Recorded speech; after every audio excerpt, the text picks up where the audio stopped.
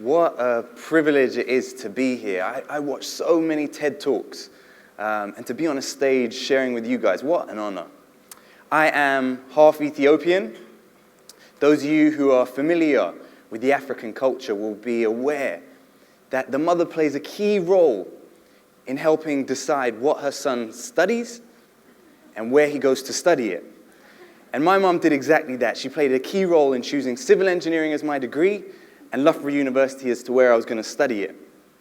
I enjoyed it. I went to Loughborough, did it, and along the way worked out that actually civil engineering wasn't for me. I was more into entrepreneurship. I realized and came up with a business idea that I submitted to the university's annual business competition and won the Social Enterprise Award. So I thought, I'm going to take a year out to really focus on bringing my idea to life. So as the end of the degree comes about and everybody's sharing what it is they're going to do with their year, so some are saying, I am going to go down a graduate route and do this, whilst others are saying, I'm going to go traveling. As I came to say, I'm going to start a business, I was faced with utter pessimism. People's faces screamed, do you not know 4 out of 5 companies fail? Do you not know that the economy is bleak? Do you not know the doom and gloom associated with trying to start a business? And I felt entirely frustrated. What's the point in doing anything if these are the stats that are stacked up against us? The idea of failing was unthinkable. These people were afraid of failure. It made me ask myself this question.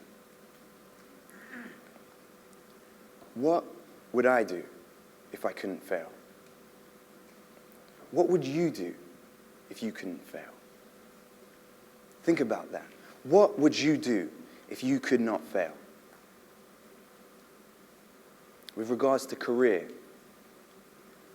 hobbies, sports, what would you do if you could not fail? My name is Caleb Meakins, and I am an expert in failure. So off the back of this question, I launched a project called My 40 Days. The idea behind the project was I would take on challenges that people deemed as impossible, challenges that people thought couldn't be done, and I would document it on YouTube and share my experiences in a blog and tell people that there is actually value in failure. So I created a Facebook page, and the requests came flooding in. So I said, there's 3 rules. 1, it has to be challenging. 2, it has to be entertaining. 3, it has to be legal. If it fits those criteria, I'll go out and I'll do it.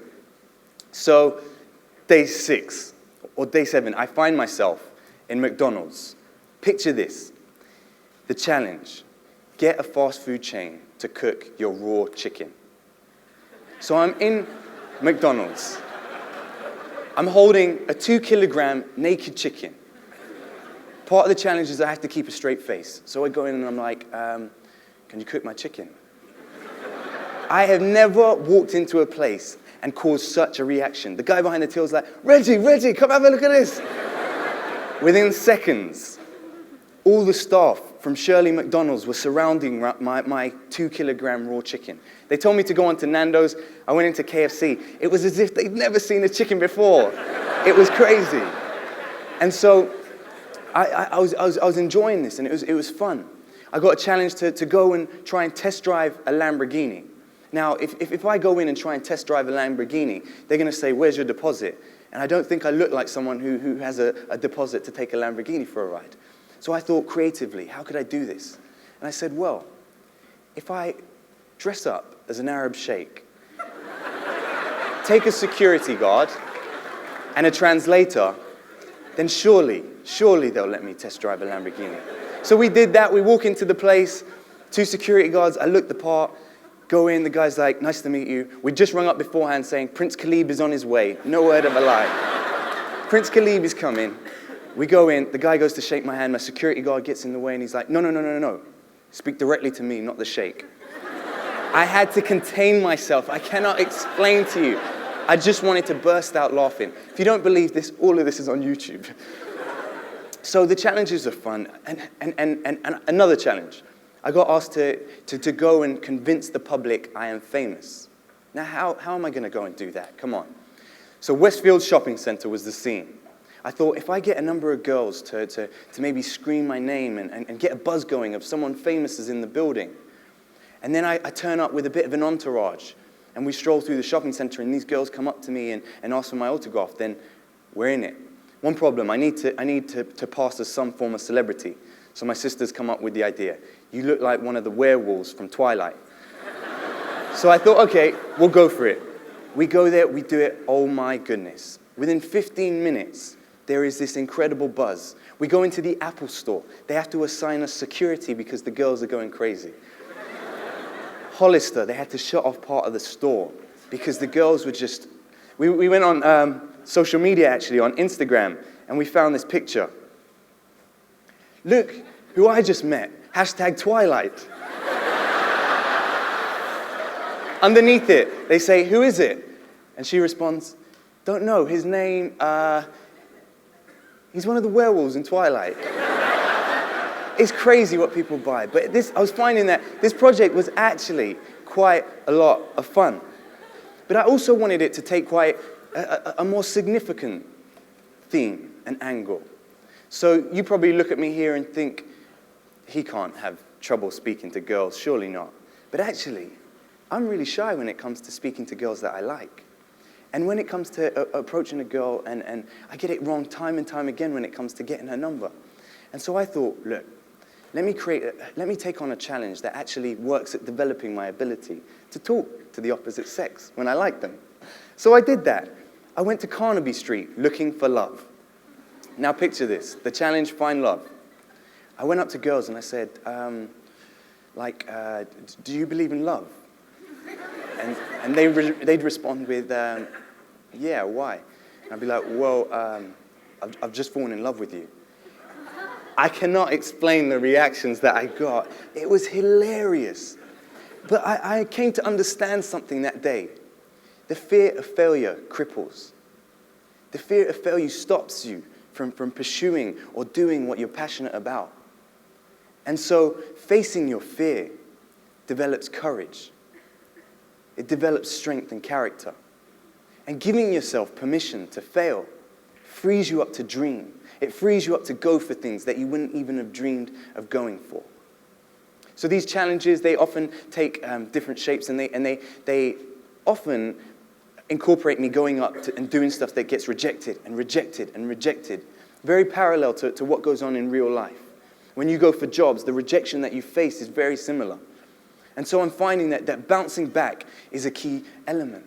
And if we look at those successful people that we so highly esteem today, we see that they attribute many of their success to failure and bouncing back. J.K. Rowling, 12 publishers she got rejected from before she finally got the one that gave her the big break. Walt Disney got fired from his role as a journalist because he wasn't creative enough. It's crazy. But the ability to bounce back is key. So we need to embrace failure as a valuable experience because of the lessons that we learn from it. And we bounce back and keep going. Michael Jordan, one of my heroes, says this: I've missed more than 9,000 shots in my career. I've lost almost 300 games. 26 times I've been trusted to take the game-winning shot and missed. I've failed over and over and over again in my life. And that is why I succeed. Now, some of these challenges that I take have been game changers. So I got given a challenge to go and lie down in a public place. Now you think, surely that can't be hard. I even thought, come on, don't humor me. Give me something bigger than that. And actually, it was one of the hardest challenges I have had to do. So I turn up, Waterloo Station, one of the busiest stations in London. At rush hour, I have to lie down on the floor. So I get there, I think, okay. And I just could not do it. I can't explain it any other way than I felt this wall, this tangible wall of what is socially acceptable, and I wasn't allowed to cross that line. Something inside of me said, do not do it. It is ridiculous. I eventually plucked up the courage to lie down, and when I got back up, the sense of freedom, the sense of liberation that I felt was unexplainable. There was something about doing that brought me so far into an understanding that it doesn't matter what people think. When you actually get to the heart of why does fear of failure stop us, it's often because of what people think of us.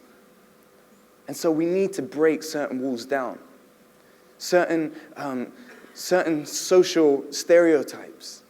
Maybe your social class means that you can only go so far in life. Maybe what you studied means that you have to go on and do a career in that. Well, actually, we need to break some of these stereotypes down. I love this quote. Life begins at the end of your comfort zone, by Neil Donald Walsh. Watch this video. So I'm here at King's College, London. I'm about to just walk on stage and take a lecture. I think they're neuroscience students. Can you believe this? Okay, let's do this.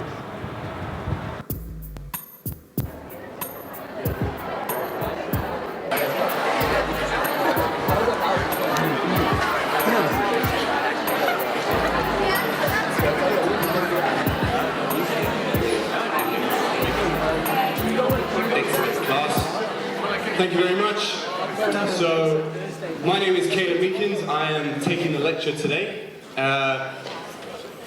Unfortunately, our lecturer hasn't been able to come, so we're going to be listening to me this afternoon. So, I'm going to be speaking to you on neuroscience and the relationship it has with storytelling. As I say, my name is Caleb. Yeah, come in, sit down, sir.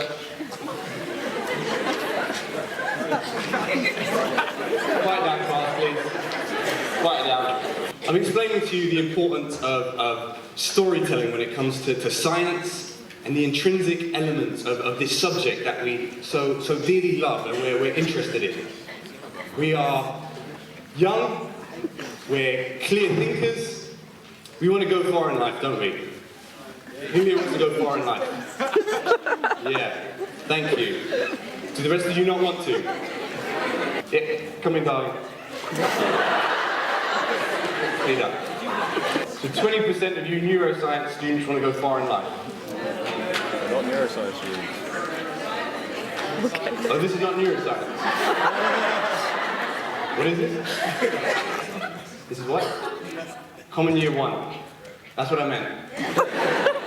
Storytelling is key. Storytelling is everything. To get anything in life, you need to be able to give the right pitch. You need to be able to stand in front of a group of people and not know what you're going to say and stand up and just say it. You need to be able to face your fears in life, because your fears will hold you back. Your fears will stop you from persevering. Come on in, come on in. So,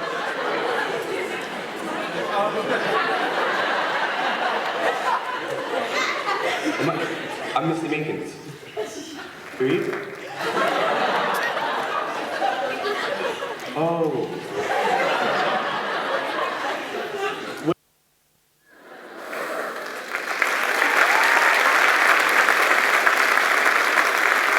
So, as you can see, that was a sink or swim moment. And I think we need to come out of our comfort zones. I think being comfortable breeds apathy. And this project here, I thought that in taking it up, I was going to develop an ability to simply no longer fear things. I'd become numb to fear. But actually what happened was each time I did a challenge, it would go so horribly wrong or embarrassing, so I'd be even more scared for the next one. So I was finding I was becoming more and more terrified of challenges. And so this thing of fear wasn't becoming numb. It was just I was becoming more aware of it. Fear is a sure sign that we are alive. The problem isn't fear, it's being stopped by fear. So we need to develop an ability to face our fears and overcome our fears. And you know what? Time and time again, you'll be surprised by how often you succeed when you try and do the impossible. I succeeded there. I convinced them I was the lecturer. My goodness me. And so, really, like, I want to encourage you guys to really, what dreams have you let go of because you're afraid of failure? What things have you put on the back burner because you are afraid you might fail? It has its rewards. And even this project has its rewards with me. So the messages that came flying in, it was so encouraging. People saying, I'm inspired to try things new here. I'm inspired to take things on that I wasn't before. One story comes to mind, I'll quickly share it. So I'm an avid Chelsea fan. Like, I love Chelsea Football Club. I was at the game yesterday. I love this team. And someone had come across the project. They'd seen that on my Twitter profile it says Chelsea FC. So they got in touch and said, I work for Chelsea Football Club in the production of the TV. I think we could do a partnership here and do something. I was like, yes, this is a dream come true. So we get chatting, we develop the idea. We say that we'll do a halftime challenge, crossbar challenge at one of the games. 40,000 people, the hallowed turf at Stamford Bridge. Yes. And then we come to put some wheels in motion, and I suddenly find it, I'm struggling to get in touch with this guy. He's not replying. And then after a while, I finally get in touch, and he says, mate, Caleb, I've got some good news and some bad news. The good news is your project has inspired me to pursue my dream, my passion in journalism. The bad news is we can't move forward with your project. I was like, no! There is no good news. That is just bad news. No! It's clearly good news for him. It's bad news for me. But you know what? He found out what he wanted to do, and he was willing to face his fears and continue to do that. That's inspiring. It's inspiring. But the rewards are coming, and it's crazy. So big brands are beginning to engage with the project. Nivea sent me a letter saying that they really enjoyed the project and sent me a shed load of deodorant to help me stay fresh whilst I do it. They also gave me a challenge to go out that I'm going to go and film and do. Just a few weeks ago, I was at Saracens Rugby Club, 8,000 fans. I was doing 3 spot gigs. I got 1 out of the 2, which is a horrible attempt, but it was so much fun and an experience I will never forget. And just recently, I was nominated as Graduate of the Year by Milkround, which was an incredible privilege for the social impact that this was having on my peers.